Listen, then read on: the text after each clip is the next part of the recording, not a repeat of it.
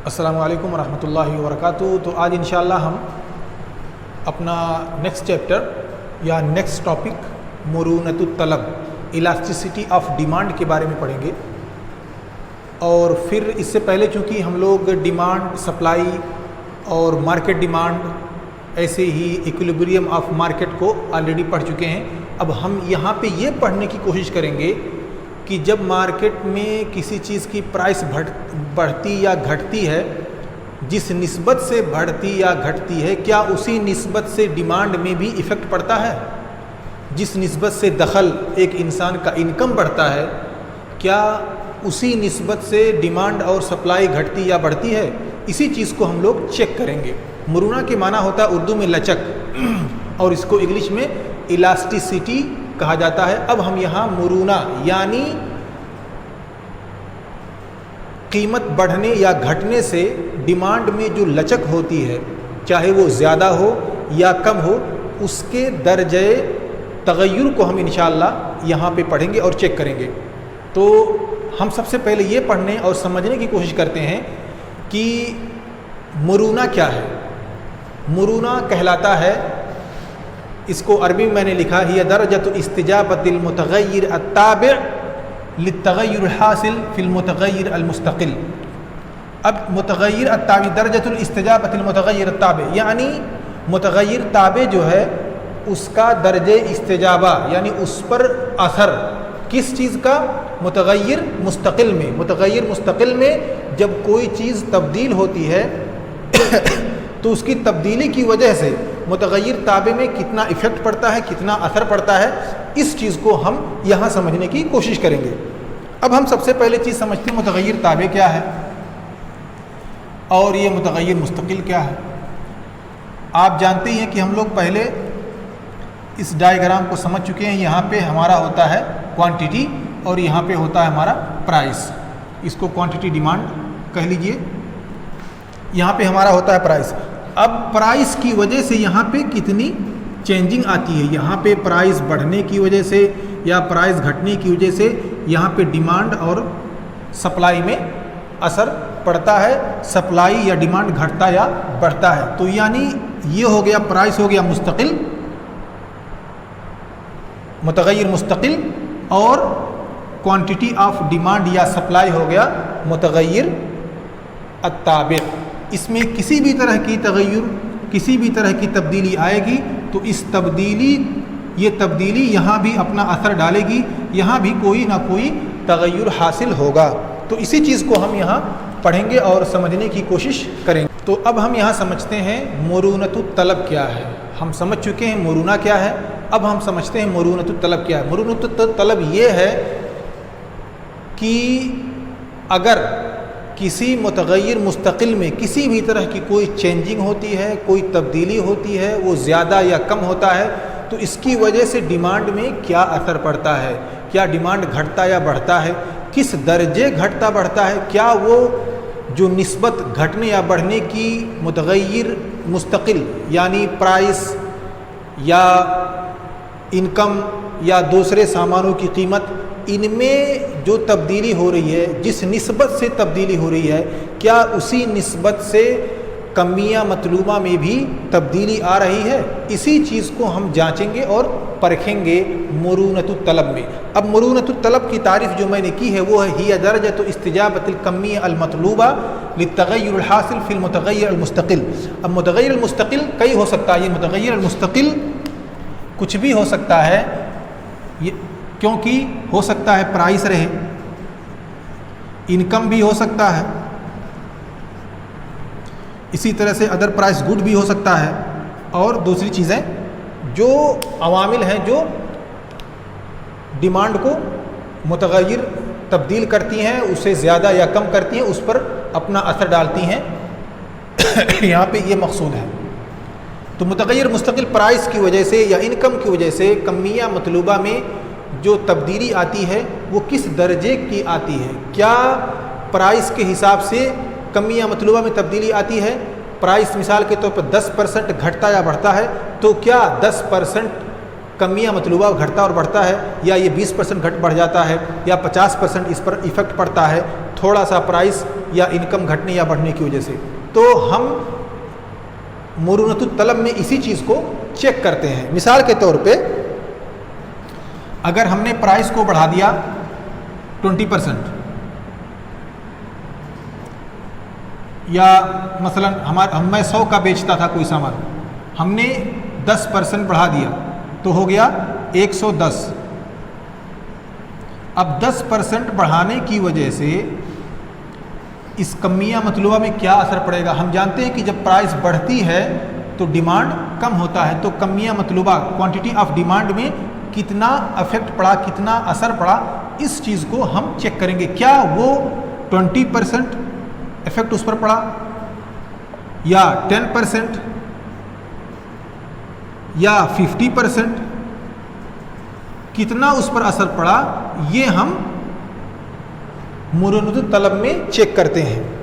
अब मुरूनतुत तलब जैसा कि मैंने कहा प्राइस की वजह से हो सकता है, इनकम की वजह से हो सकता है, अदर प्राइस गुड की वजह से हो सकता है,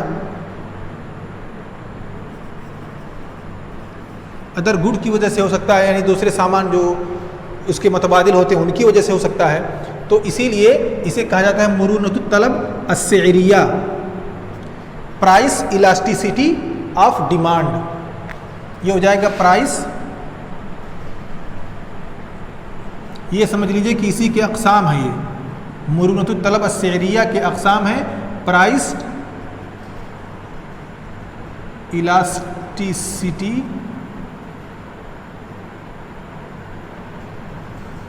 ऑफ डिमांड, और इनकम इलास्टिसिटी ऑफ डिमांड, और other good price elasticity of demand. इसे कहते हैं क्रॉस इलास्टिसिटी ऑफ डिमांड। तो ये आम तौर पे तीन ही चीज़ों को पढ़ा जाता है, 1, 2, 3। ये अक़साम हो जाएंगे आपके मुरूनतुत तलब के। मुरूनतुत तलब अस्सिरिया, इसे कह लीजिए अस्सिरिया। दूसरा हो जाएगा अद्दखलिया, और तीसरा आपका है अल-मुतक़ातिआ।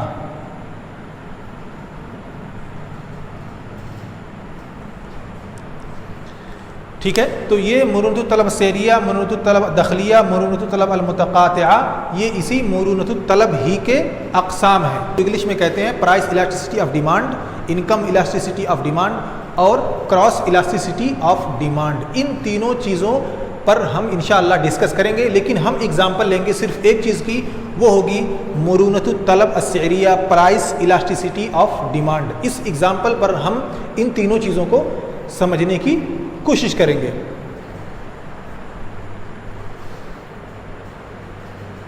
तो हम आते हैं इस टॉपिक पे, मुरूनतुत तलब अस्सिरिया।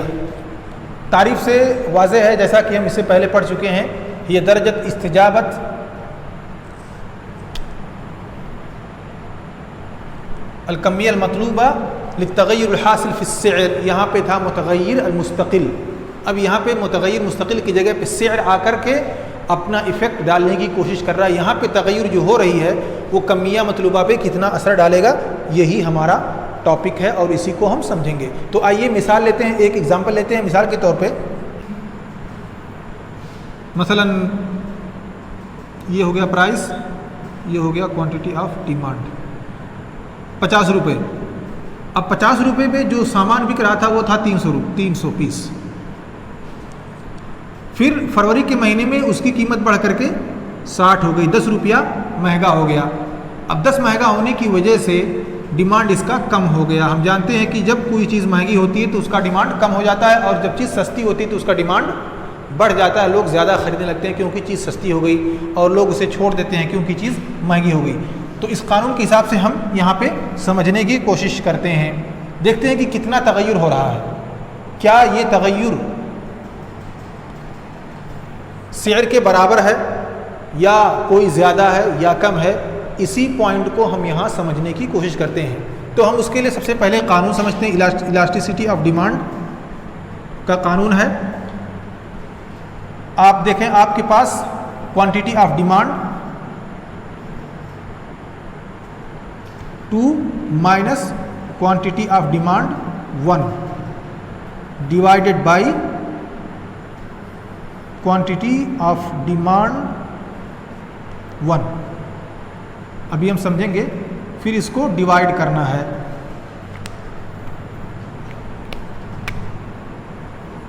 इसको डिवाइड करना है किससे?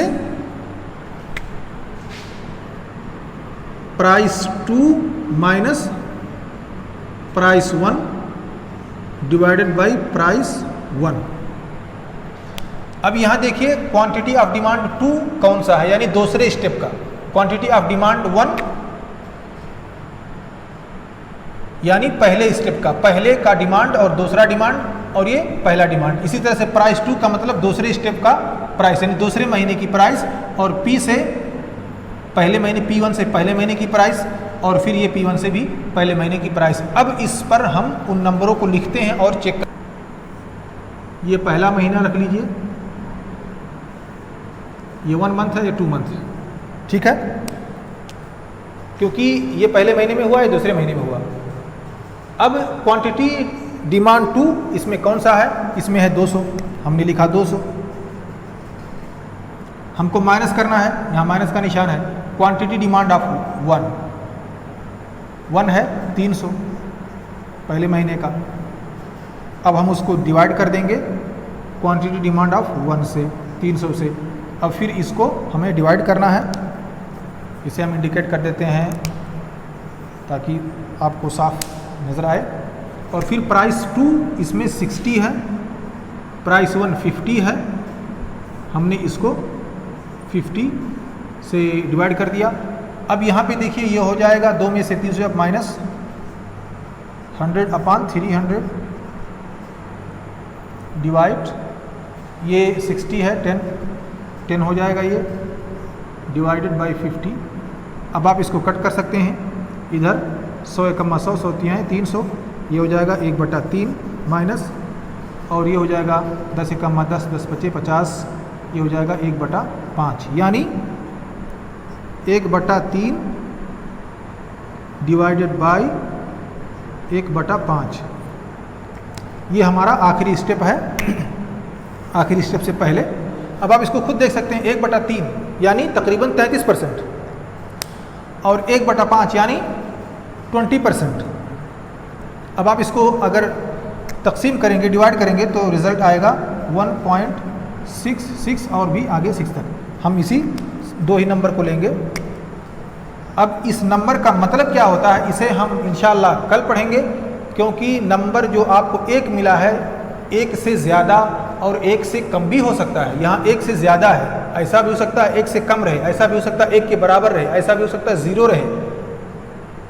तो इन सारी चीज़ों को ऐसा क्यों है, इसे हम कल इंशाल्लाह या नेक्स्ट क्लास में इंशाल्लाह पढ़ेंगे। और इसे हम देखते हैं, यहाँ पे ये हो जाएगा आपका 33% और ये हो जाएगा आपका 20%, यानी क्वांटिटी ऑफ डिमांड 30% चेंज हुआ है मुकाबिल प्राइस, यानी प्राइस 20% चेंज हुआ, और 20% चेंज होने की वजह से डिमांड जो है वो 33% कम हो गया, यानी प्राइस से ज़्यादा, इसलिए वहाँ पे 1.66 आया है, ज़्यादा है। ये एग्जाम्पल रहा प्राइस इलास्टिसिटी ऑफ डिमांड का, यानी मुरूनतुत तलब अस्सैरिया। हमने कहा कि यहाँ पे तकरीबन 3 अक़साम है, 1 से 3 से ज़्यादा भी हो सकते हैं, उसके अवामिल के ऊपर डिपेंड है। इसी तरह से मुरूनतुत तलब दखलिया है, income elasticity of demand, cross elasticity of demand. इन सारी चीज़ों को भी हम इसी पर अप्लाई करके समझ सकते हैं। मिसाल के तौर पर अगर किसी का इनकम बढ़ जाए या घट जाए तो उसका मार्केट पे इफ़ेक्ट क्या होगा। अब इसी पे हम समझ लेते हैं, किसी का इनकम 50,000 था, दूसरे महीने में उसका इनकम 60,000 हो गया। अब 60,000 होने की वजह से जाहिर सी बात है डिमांड में उसको कोई प्रॉब्लम नहीं होगी, वो मार्केट से और सामान खरीदेगा क्योंकि उसकी इनकम बढ़ गई है। अब डिमांड यहाँ चूँकि ये इन्वर्स रिलेशनशिप था, यहाँ पे डिमांड इनकम बढ़ने की वजह से डिमांड भी बढ़ जाएगा। मिसाल के तौर पर यहाँ 200 हुआ, यहाँ 400 हो जाएगा। अब इसी 4 को आप 200 की जगह पे रख करके आप इसे हल कर सकते हैं और देख सकते हैं कि कितनी तब्दीली आ रही है। 20% प्राइस चेंज होने की वजह से कितना % इफ़ेक्ट पड़ रहा है डिमांड पर। 20% इनकम बढ़ने की वजह से, चेंज होने की वजह से उसका कितना % कमियाँ और मतलूबा पे इफ़ेक्ट पड़ रहा है, ज़्यादा हो रहा है या कम हो रहा है, वहाँ से हम चेक कर सकते हैं। तो बस आज के लिए इतना ही।